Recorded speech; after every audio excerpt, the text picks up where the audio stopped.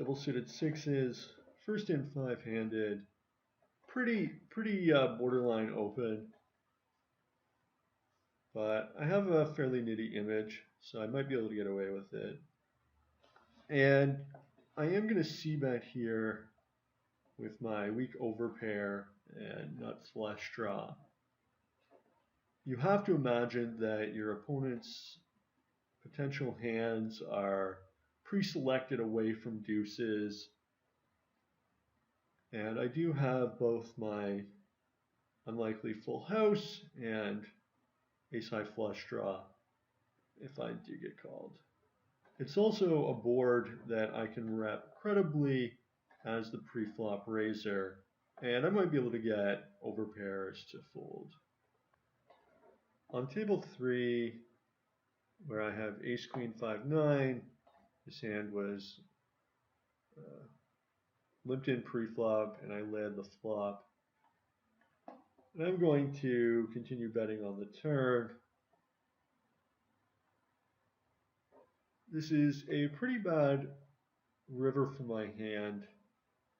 There are no real draws on the flop that my opponent can have aside from 2, 3, 4. And I probably would have folded to a bet on the river. After this player on table 1 posts and pots, this is a very clear 3-bet, especially because I can get more than a third of my stack in before the flop of this hand. And my plan is simply to stack off liberally on the flop, having committed so much of my stack before the flop. On table 2, I check my option in the big blind after 2 players limped in, and I flop top and bottom, and I lead out. The turn completes a somewhat unlikely straight, although my opponent could have had a wrap, which he played passively because of the flush draw. I'm still going to bet.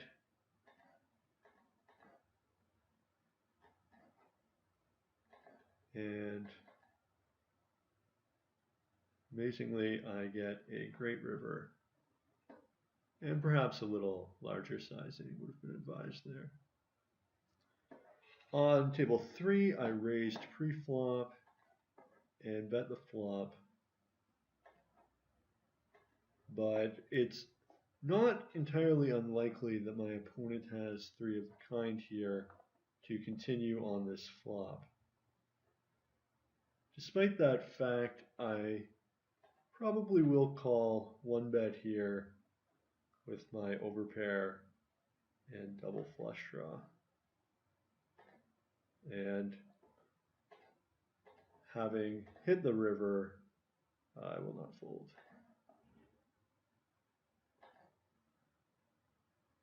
On table 1, I 3-bet pretty good kings against a loose but an open with the broad plan of stacking off on virtually any flop. On table 1, I open decent queens and get 3-bet by an aggressive butt-in. I was going to fold, but now that a tight player calls, I think that I can profitably take a flop, intending only to continue if I hit pretty hard. And I do flop a flush draw and with almost only 1 pot-sized bet left, I think I have to get it in on the flop.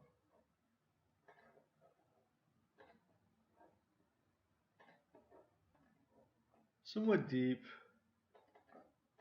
with a kind of weak hand against a pretty loose player. I'm just going to overlimp here. And this is a pretty gin flop.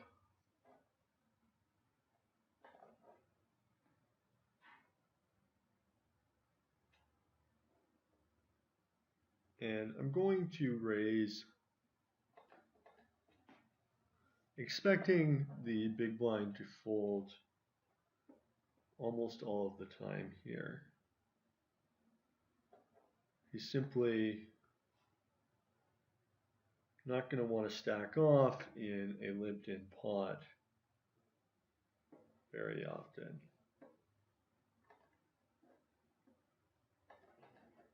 The turn is both a good and bad card. And I'm going to bet because I need to protect my hand against pocket pairs, which will have 4 outs against me.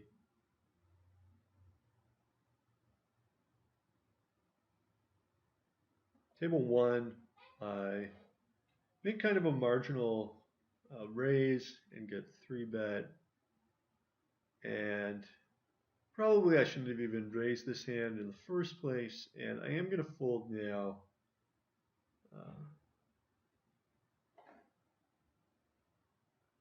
Despite being in position. This is sort of a long shot hand, though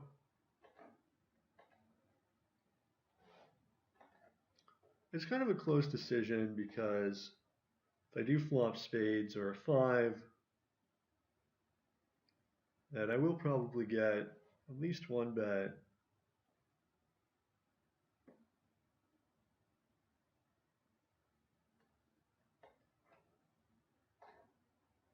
On table 1, I complete this Badoogie rundown in the small blind and flop 3 of a kind. And if I were raised here, I would fold. And definitely folding here on the river, having getting raised. At the bottom left, table 2, I open.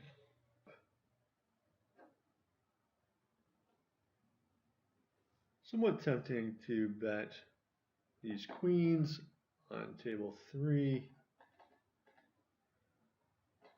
But it's a 4-way pot, and my tricky opponents could certainly have checked 3 of a kind to me. Obviously a phenomenal turn on table 2. So I will bet.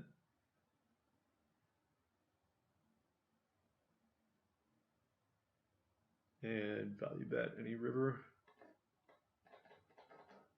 This is a great river because my opponent could have hit a flush and only completes an extremely unlikely 6-6 to beat me.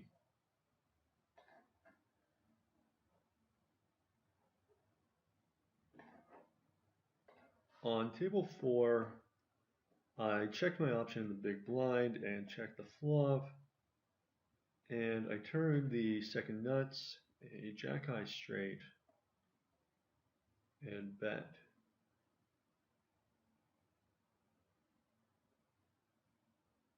Given that this pot was limped around, it's not really a situation where I'd want to stack off, but when my opponent simply calls the turn, I have to assume that my hand is good and I can bet for value. Table 4, I pick up a queen high rundown, and I'm just going to flat and invite the small blind into the pot.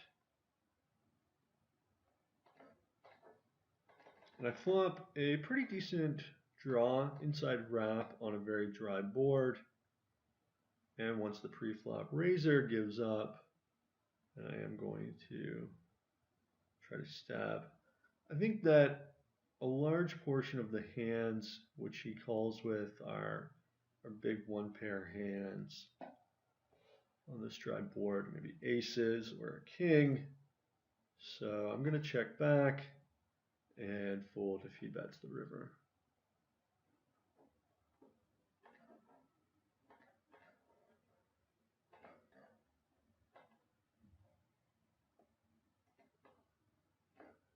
And I flop a fairly strong hand over pair and flush draw.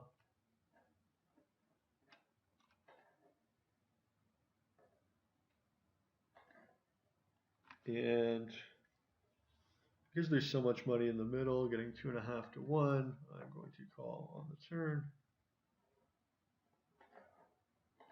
On table 4, I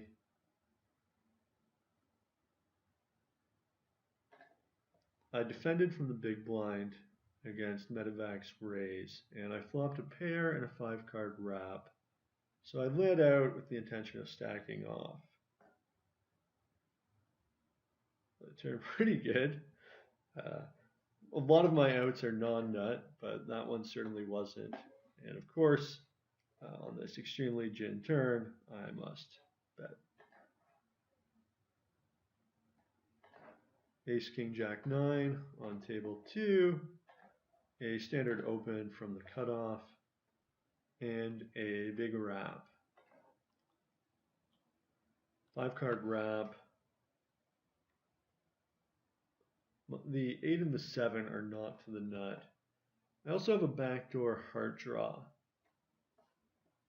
And I'm gonna just call here.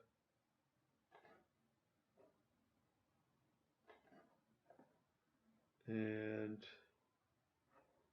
I think my opponent could take this line with a flush. It's actually not a bad idea to check out of position with the initiative, or even check back with the initiative. Almost certainly I'm good on the river. Maybe he could have a small flush. I think I can get a crying call out of a 2-pair set from a very loose player. Table 1, I open a somewhat marginal rundown and flop the nuts with nut backup. Of course, this is a great hand to bet with, since you are a favorite over anything except maybe 6, 4, 5, 5. And I turn even better, still the nuts with even more backup now. Top 2 as well as hearts. And it does not take me long to stack off there.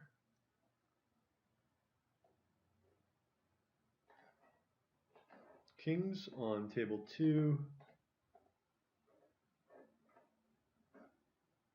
I open raise from the hijack.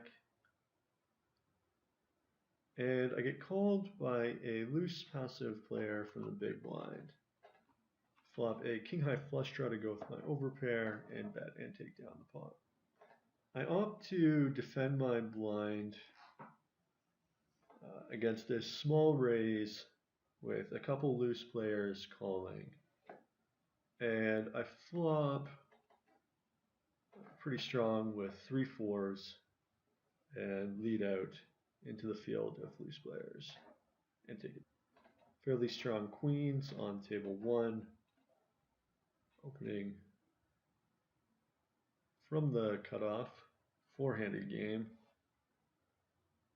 Both of the remaining players seem fairly loose passive, and probably a 3-bet from either of them would indicate a strong hand. I am going to try a continuation bet. There's not an inconsiderable chance that queens are still the best hand, and a lot of hands with a ton of equity against me are not going to want to call.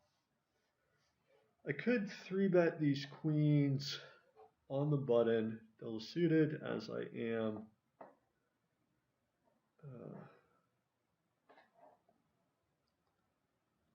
But I'm going to just call and see a flop in position.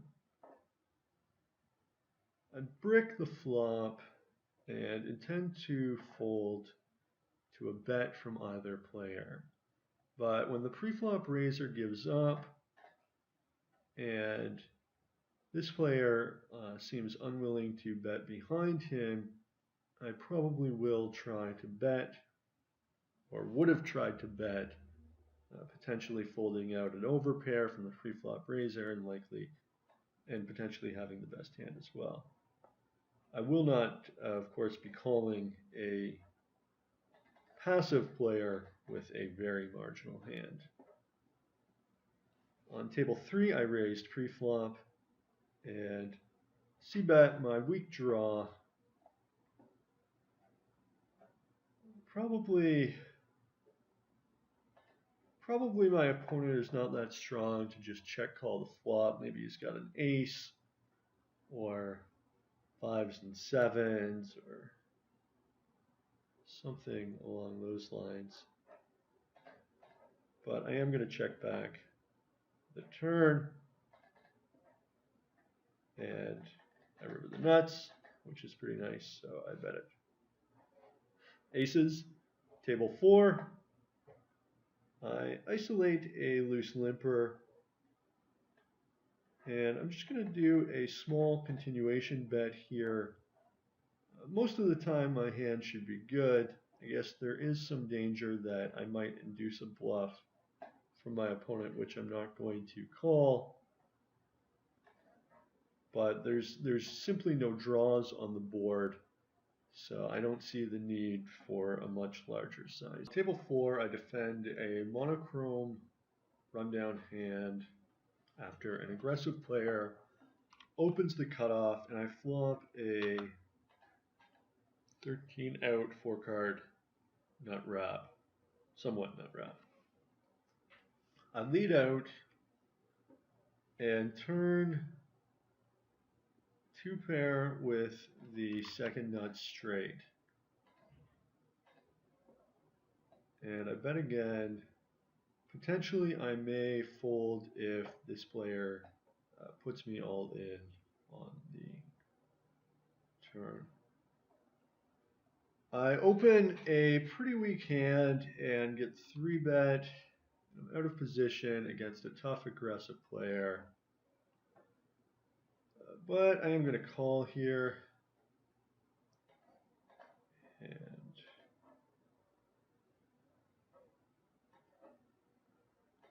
I turn a flush draw, pair, and gut shot, and check call.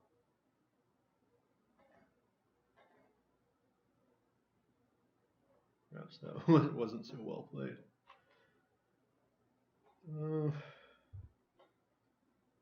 Getting 3-1 with the nut flush draw. I'm going to continue. And I turn a nice wrap to go with my hand, but brick and give up. Table 4, I open aces from the cutoff, and I get 2 callers, and I continuation bet on a fairly dry, moderately connected board. And on the turn, I pick up a gut shot and a nut flush draw to go with my aces. Aces on table 2. On the button, of course, I open raise and would also, of course, 4-bet to any action. On the flop, I intend to bet. I would have bet 2 streets, but when the flush completes,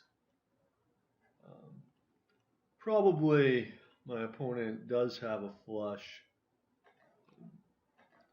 And also probably if he doesn't, I can get a free showdown on the river and win the hand. Table 3, pick up pretty good queens and open raise, and table 2 flopping 2 pair, first bet.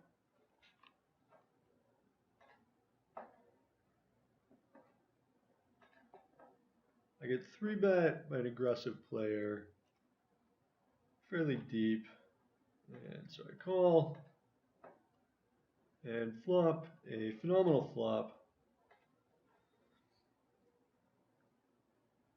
And the pot is really too big to slow play here. Anything from an ace to a 6 could change the nuts. And most likely I will still get action from Talion, as he's going to be getting better than 2 to 1 to stack off here.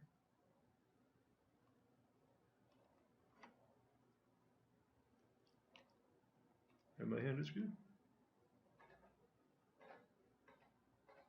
Ace, King, Jack 3, blind versus blind. I get 3 bet again. I'm going to call.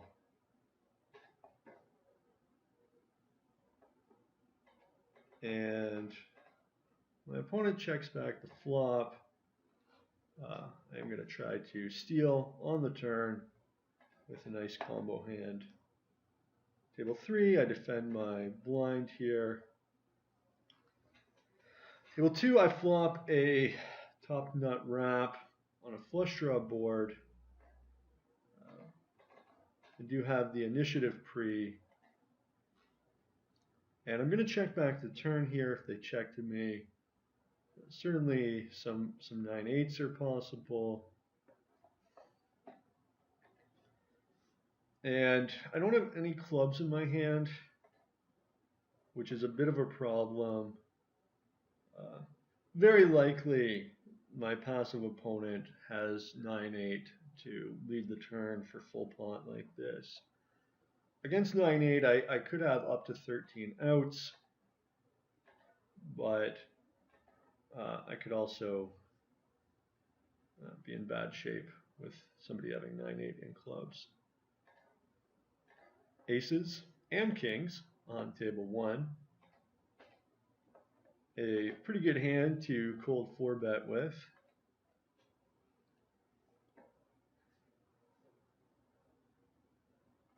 And 7-2 Offman has never 3 bet over 50 hands. So pretty likely that he's got some very strong hands, such as King, Queen, Jack 10 double suited, or aces himself, although aces himself he would probably 5 bet. Unfortunately, this does connect very well with a tight 3-better's range, and I may have to give up on the flop here. On table 3, I check my option in the big blind and flop 3 of a kind. And generally on the river, when you're holding an extremely strong hand against a very weak player, it is best to go for a larger bet sizing. Table 1, I flop the nuts, and a pretty loose player leads out. It's also fairly aggressive, and I have the nuts, so I'm going to raise.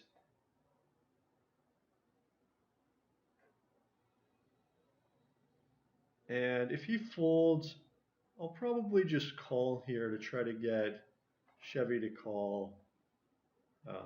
If he's got like a set or 2 pair, I want him to draw.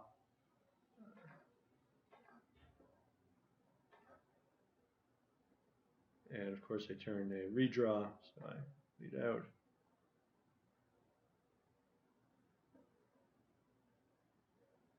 And manage to chop the pot. On table 2, I flop bottom set in a 5-way limped pot and lead out. It'll be pretty bad news if somebody raises me here. but certainly my very loose opponents can call with some marginal holdings. I turn a flush draw to go with my set, but Jack 10 does complete. Against a dry straight, I've got around 40% equity, but I would be in pretty bad shape against something like Queen 9 Jack 10 or Jack 10 with higher spades.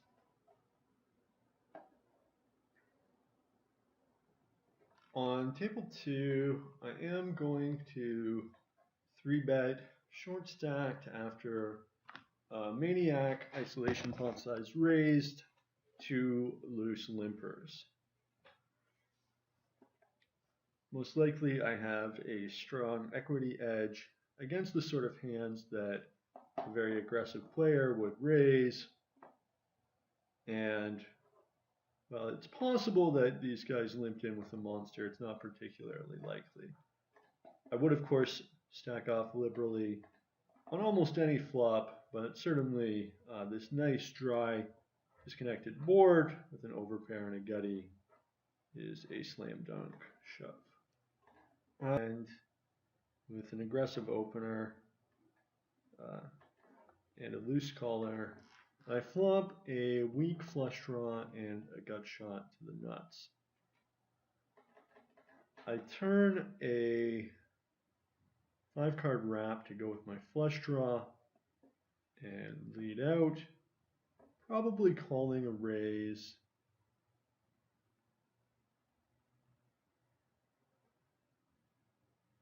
And I river the nuts and decide to go for maximum value against the very loose player on the button. Jacks on table 1. 9s with some connected side cards on table 3. Open and get flat by a very loose player. And I am going to bet this flop and turn and check the river.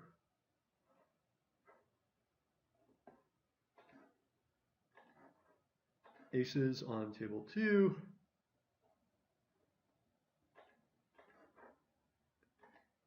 And in position against a somewhat short stacked player, I'm going to 3-bet these very good aces. And we're going to have a little over 2 SPR. And I'm just going to put it in. Probably he's got like overpair and flush draw.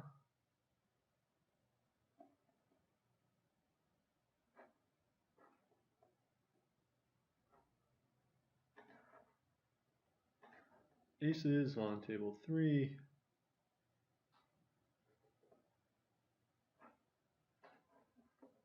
And a very clear 4-bet here, getting almost a third of effective stack sizes in, and against a pretty tight 3-better as well. So this is a very innocuous flop, since I think my opponent is much more likely to have high pocket pairs or big rundowns than something that low, given that was his first 3-bet in 34 hands. Then take it down. Table 3, a pretty aggressive opener raises, and I flat on the button with a somewhat marginal suited ace hand.